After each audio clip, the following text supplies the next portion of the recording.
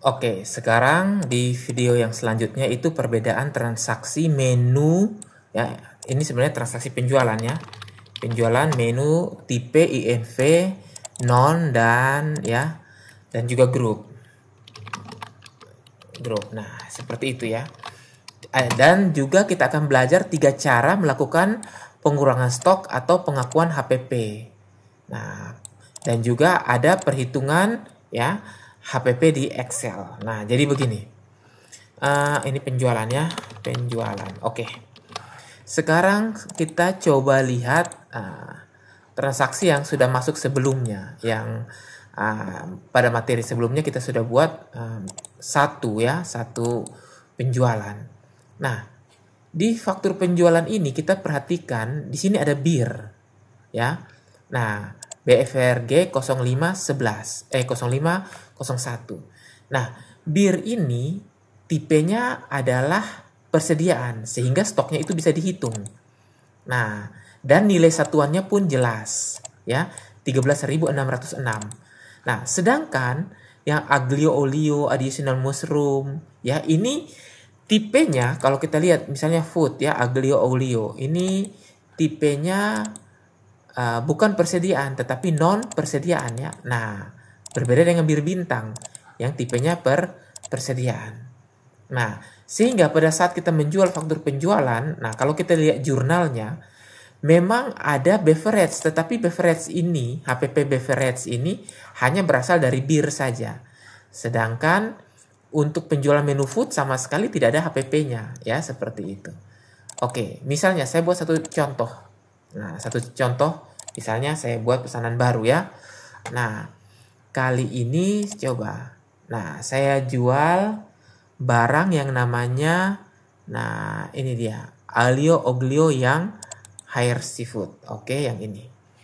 Nah, ini di satu faktur ya. Oke, saya klik simpan.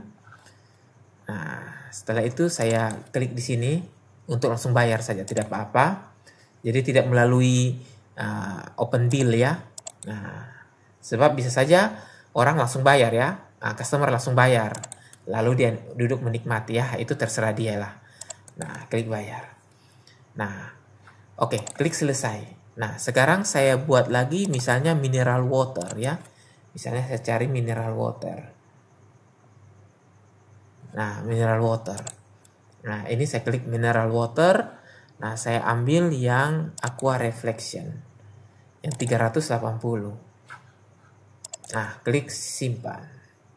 Oke, nah ini saya langsung bayar saja. Ya, nah. Oke, ini gudang Jakartanya tidak ada ya. Kita kembali saja, coba saya pilih yang lain. Misalnya yang mineral water, apakah aqua sparkling ada atau tidak ya. Nah, ini bisa kita cek stok barangnya. Nah, oh ini karena tipenya mungkin grup jadi dia tidak ada ya. Coba 380, saya klik simpan. Nah, coba saya klik bayar. Nah, saya klik bayar. Nah, misalnya bayar pakai 40.000, klik bayar. Nah, bisa ya. Nah, keluar dia. Nah, oke. Sekarang kita lihat hasilnya di Accurate Post. Tadi kan ada dua penjualan ya. Nah, ini dia. Yang pertama itu yang tadi kita jual adalah aglio oglio. Jadi kalau kita lihat di sini, aglio oglio ini tipenya non persediaan ya. Nah, jadi kalau kita lihat rinciannya, maka tidak ada jurnal HPP karena barang ini tipenya non persediaan. Nah, seperti itu. Sedangkan kalau kita lihat di yang berikutnya yang aqua sparkling ya, kita lihat jurnalnya. Nah, ini ada HPP. Nah, HPP beverage ini akan timbul ya dan mengurangi persediaan karena dia bentuknya adalah persediaan atau inventory. Nah, seperti itu. Jadi, sekarang bagaimana dengan HPP yang kayak aglio oglio ini?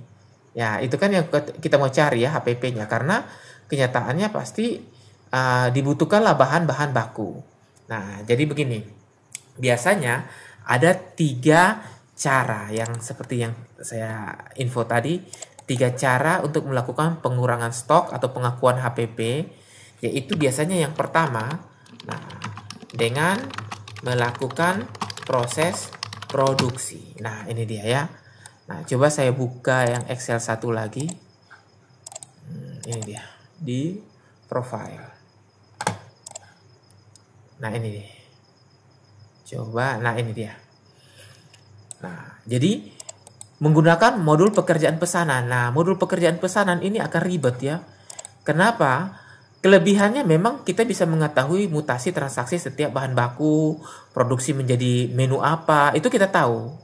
Ya, mengetahui detail proses produksinya. HPP sangat akurat karena menggunakan quantity real dalam proses produksi.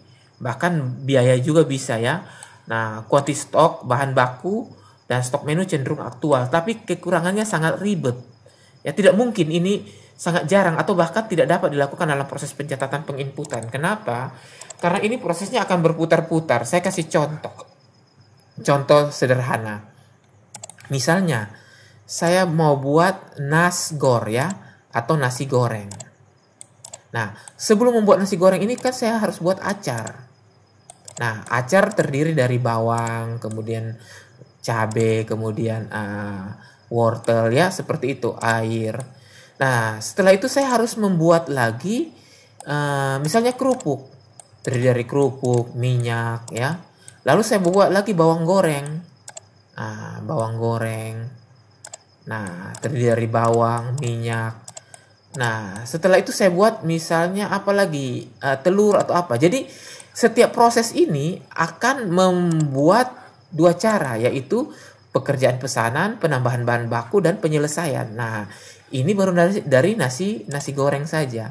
Belum dari soto, belum dari yang lain-lain. Nah, jadi ini sangat tidak mungkin karena ini harus di-finish menjadi WIP 1, WIP 2, WIP 3, WIP 4 atau work in process 4. Baru nanti waktu kita buat nasi goreng baru diambil berapa gram dari sini. Ya, dari WIP ini. Nah, ini akan sangat ribet dan ini tidak bisa dilakukan. Kenapa? Karena biasanya di restoran adminnya cuma 1. Itu juga disuruh cuci piring kalau lagi banyak pelanggan. Nah, jadi tidak bisa dilakukan seperti ini. Walaupun secara logika bisa, ya. Nah, tetapi tidak mungkin ini dilakukan. Nah, yang kedua adalah menggunakan resep, ya. Yang kedua adalah menggunakan resep di sini. Jadi, nah, kenapa saya tidak mau menggunakan cara seperti ini, cara yang pertama, karena ribet, ya. Ini tidak mungkin, sangat jarang, bahkan tidak dapat dilakukan. Nah, yang kedua adalah menggunakan resep. Jadi menggunakan resep ini maksudnya pada saat kita menjual nasi goreng ya, kembali nasi goreng. Ya, ini misalnya saya buat di sini ya. Misalnya saya menjual nasi goreng. Saya menjual nasi goreng. Atau saya don't save aja, saya buat paint yang baru ya. Jadi berdasarkan resep. Nah, jadi pada saat saya menjual nasi goreng, maka secara otomatis ya nasi goreng ya, maka secara otomatis bawangnya akan terpotong sekian persen, ya berasnya akan terpotong sekian gram, berasnya akan terpotong sekian kilo, kemudian minyaknya. Nah, itu bisa ya. Jadi caranya di sini kita buat dalam bentuk grup ya. Nah, jadi misalnya dalam bentuk grup, kemudian kita buat misalnya nasi goreng. Nah, nasi goreng misalnya 1 porsi. Nasi goreng satu porsi. Nah, harganya misalnya 80.000. Nah, tetapi di rincian grup ini kita bisa masukkan, nah, misalnya bawang ya. Mengurangi bawang bombay misalnya sebesar 0,1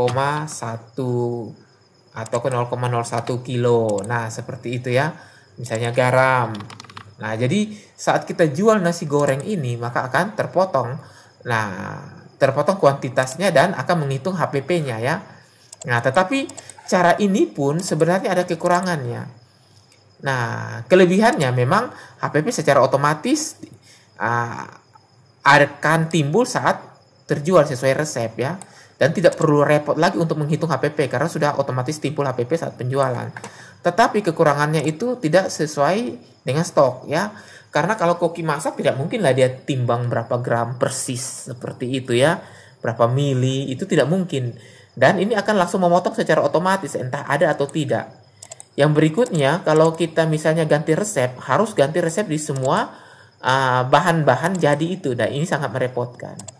Nah, memang ini kadang-kadang ada yang menggunakan juga ya di resto. Pakai resep seperti ini. Ada juga, tetapi konsekuensinya seringkali stok akhirnya tidak cocok ya. Kenapa? Karena ini kan dipotong secara otomatis tanpa memandang real di lapangannya seperti apa. Ya, bahan bakunya itu dipotong secara otomatis. Nah, ini pun tidak sesuai. Nah, jadi ini bisa saya contohkan, misalnya contoh menu ya. Contoh menu, sebentar saya lihat dulu. Ini resep. Ini resepnya ya. Nah, kita lihat ini resep. Jadi misalnya saya mau membuat nasi goreng. Nah, ini dia nasi goreng. Jadi nasi goreng ini pada saat saya mau membuat, saya sudah memasuki resep. Jadi begitu saya jual satu porsi, nanti akan memotong ini semua bahan-bahan. Nah, bahan-bahan ini akan dihitung HPP-nya berapa ya berdasarkan harga beli. Nah, tetapi misalnya ternyata bimoli tidak ada. Saya ambil saya menggunakan minyak goreng yang lain, misalnya Vilma. Nah, tetapi secara sistem langsung memotong bimoli, akibatnya bimoli bisa saja minus. Ya, seperti itu. Nah, jadi ini kita lihat ya bagaimana prosesnya ini ya. Prosesnya ini berdasarkan resep memotong. Jadi misalnya saya cari lagi hot coklat. Nah, ini ya. Oke. Nah, jadi akan memotong bahan bakunya berapa banyak. Nah, sebenarnya Anda tidak perlu khawatir karena kalau kita sudah buat master price list seperti ini, nah paling tidak kita tahu ya. Misalnya saya mau buat nasi goreng. Nah, biasanya saya buat begini, misalnya nasi goreng kampung. Nah, untuk membuat nasi goreng kampung membutuhkan nasi putih satu porsi dengan harganya sekian. Ini dari Subresep G182 ya. Misalnya saya buka di sini Subresep G182. G182. Nah, ini berarti inilah cost-nya untuk nasi putih. Nah, setelah itu, nah jadi di sini kita bisa menghitung kita punya apa? HPP-nya. Nah, jadi cost of product ini misalnya dengan biaya gaji dan listrik dan lain-lain ya 15%. Jadi kalau kita jual 58.000, kita bandingkan dengan HPP aktualnya itu 18.000, berarti kita masih untung 32% ya. Nah, ini master price list-nya ini bisa kita update. Nah, seperti itu. Jadi begitu kita jual nasi goreng 58.000, kita sudah tahu pasti kita untungnya pasti berapa ya berdasarkan harga-harga ini. Harga-harga bahan bakunya. Nah, jadi justru itu saya ingin merekomendasikan cara yang ketiga. Nah, jadi pada saat pengeluaran bahan baku, maka langsung diakui sebagai HPP tanpa mempedulikan bahan baku tersebut digunakan untuk membuat apa. Nah, jadi kelebihannya, proses input pengurangan bahan baku tidak terlalu ribet, stok bahan baku di gudang cenderung aktual. Ya, kelebihannya. Kalau kekurangannya tidak mengetahui dengan pasti bahan baku tersebut diproses untuk menjadi menu apa, itu kita tidak tahu ya. Tidak mengetahui dengan pasti proses produksi menu, kapan menu tersebut diproduksi, itu kita tidak tahu. Nah, tetapi ini cukup efektif ya, cukup efisien. Nah, jadi saya kasih contoh seperti ini misalnya ya. Saya kasih contoh. Contoh ini gudang ya, misalnya ini resto. Ya, saya ambil dulu satu brus ya. Oke. Nah, jadi ini misalnya ruangan resto ya. Ruangan resto, ini gudang. Nah, ini gudang. Jadi misalnya atau ini kitchen ya, ini kitchen. Nah, ini ya. Saya mengeluarkan beras. Jadi di sini ada beras. Saya keluarkan sebanyak 10 kilo ke kitchen. 10 kilo. Nah, 10 kilo ini saya langsung akui sebagai HPP tanpa mempedulikan, beras tersebut mau dibuat menjadi nasi goreng kah, nasi soto kah, nasi uduk kah, atau apa. Tidak peduli, yang penting 10 kilo keluar, saya langsung input di sini, ya. Nah, saya langsung input di penyesuaian persediaan. Nah, begitu. Untuk penyesuaian persediaan itu menjadi to akun, ya, seperti itu. Nah, saya nanti contohkan. Oke. Nah, jadi saya langsung masukkan misalnya beras, ya. Nah, pandan wangi. Nah, pengurangan langsung 10 kilo, ya, seperti itu. Nah, 10 kilo dan saya akan pilih di sini akunnya adalah HPP, ya. HPP food.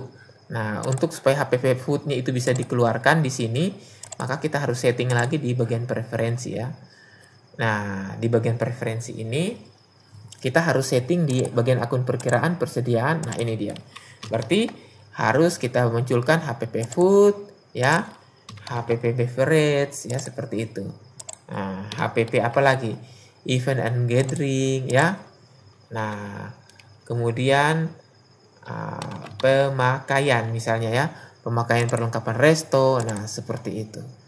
Jadi begitu juga dengan pembungkus-pembungkus jika dikeluarkan, ya. Misalnya plastik apa begitu, ya. Nah, plastik dikeluarkan, kantong plastik ini dikeluarkan sebanyak berapa. Nah, lanjut. Nah, bisa seperti itu. Tetapi kalau untuk masalah HPP berarti kalau ada kantong plastik ya harus dibedakan, ya. Kantong plastik harus kita buat penyesuaian sendiri supaya HPP-nya tepat menjadi pemakaian perlengkapan. Tapi kalau untuk food ya misalnya seperti ini, beras keluar, kemudian daging, ya. Daging keluar, daging sapi. Nah, ini keluar. Nah, keluarnya berapa? Nah, langsung dipotong. Nah, jadi tanpa mempedulikan ini beras ini mau diproses menjadi apa. Pokoknya yang penting 10 kilo keluar dari dalam gudang, ya sudah. Ya 10 kilo keluar dari dalam gudang, ya berarti itulah yang kita akan akui menjadi HPP. Nah, selesai. Nah, seperti itu. Sehingga menu-menunya itu sifatnya non persediaan, tetapi bahan baku sifatnya persediaan. Nah, jadi cara itu lebih efektif, ya. Nah, jadi di sini saya ada punya salah satu contoh bagaimana laporan setiap gudang. Laporan gudang setiap hari, ya. Jadi misalnya satu hari ini dia ambil bahan bakunya apa saja. Nah, itu dia akan tulis di sini. Jadi kita tinggal input di penyesuaian persediaannya saja. Nah, seperti itu, ya. Jadi biasanya saya buat satu penyesuaian persediaan. Nah, untuk HPP food. Jadi HPP food berarti di sini bahan baku untuk food semua. Nanti saya buka lagi yang baru. Nah, saya akan buat untuk yang HPP beverage, ya, seperti itu. Nah, HPP beverage. Nah, berarti di sini semua adalah bahan untuk bar atau beverage.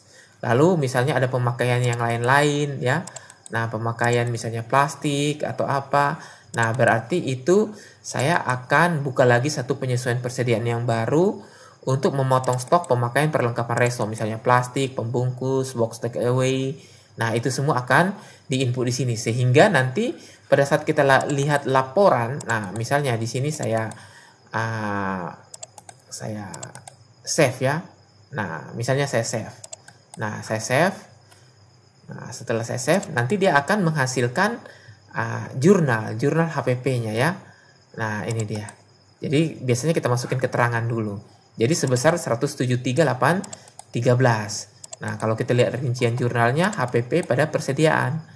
Nah, menambah 173. Nah, sehingga nanti saat kita lihat laporan penjualan hari ini, HPP-nya juga akan masuk, ya. Harga pokok produksinya itu akan masuk ke dalam laporan laba rugi. Nah, jadi cara yang ketiga ini memang lebih baik, ya. Nah, saya lebih rekomendasi cara yang ketiga ini daripada cara yang pertama dengan cara yang kedua. Nah, jadi kalau kita lihat laba rugi standar, nah dia sudah akan mengurangi bahan baku, ya, bahan baku di gudang berkurang. Nah, sekaligus juga dengan HPP food, HPP beverage akan timbul, ya, seperti itu. Jadi kalau kita lihat HPP food berarti asalnya bukan dari penjualan tetap. Bisa dari penjualan, bisa juga dari penyesuaian persediaan, ya. Nah, kalau ini tipe transaksinya faktur penjualan. Oke, kalau kita lihat di penyesuaian persediaan, nah ini HPP food 21 bulan 2024 ya. Nah, sebesar 173.813. Nah, jadi kalau kita lihat di sini, refresh lagi 173.813 ya, seperti itu. Nah, jadi HPP Food coba kita klik di sini. Nah, berasal dari penyesuaian persediaan ya. Berbeda tadi kalau HPP Beverage ya. HPP Beverage itu asalnya dari faktur penjualan karena yang dijual adalah air mineral dan juga bir yang tipenya inventory ya, seperti itu. Jadi supaya Anda paham bagaimana cara costingnya ya. Nah, seperti itu. Jadi saya lebih merekomendasi cara yang ketiga. Jadi kita bisa buat form ini untuk orang gudang. Jadi mereka setiap kali mereka mengeluarkan bahan baku, entah itu untuk apa saja mereka kasih keterangan, tapi nanti kita costingnya langsung memotong kuantitas sekaligus pengakuan HPP terhadap bahan baku itu, entah itu HPP Food atau HPP Beverage ya, seperti itu. Nah, begitu juga barang-barang yang sifatnya waste atau yang penyusutan atau apa ya, bisa kita buat seperti itu. Nah, kita bisa buat HPP waste juga bisa kalau kita mau ya. Nah, kita bisa buat misalnya waste. Nah, jadi bukan HPP Food, Beverage tapi waste atau yang terbuang. Nah, jadi dengan demikian kita bisa ada analisa setiap bulan berapa sih waste-nya. Nah, begitu ya. Atau yang menjadi sampah seperti itu. Oke, jadi sampai sini Anda sudah paham.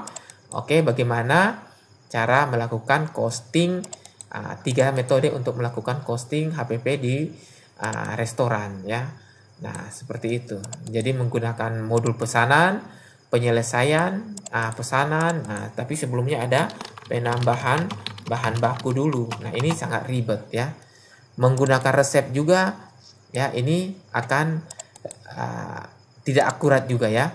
Nah, kemudian yang ketiga ini yang lebih saya rekomendasikan untuk digunakan.